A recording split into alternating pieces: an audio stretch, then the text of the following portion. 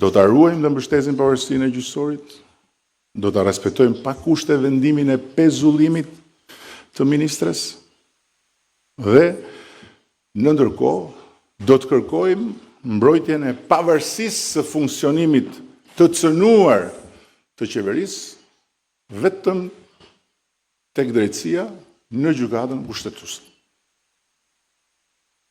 Këta jemi ne, ky jam unë, dhe kështu do të jetë deri në fund, kur unë të kem privilegjin që të udhëheq Shqipërinë për ta bërë antare të Bashkimit Evropian. Mbrojtja e pavarësisë së re dhe jo të përkohshme të sistemit drejtësisë është prioriteti ynë absolut edhe përballë situatave kaq flagrante sa kjo situatë.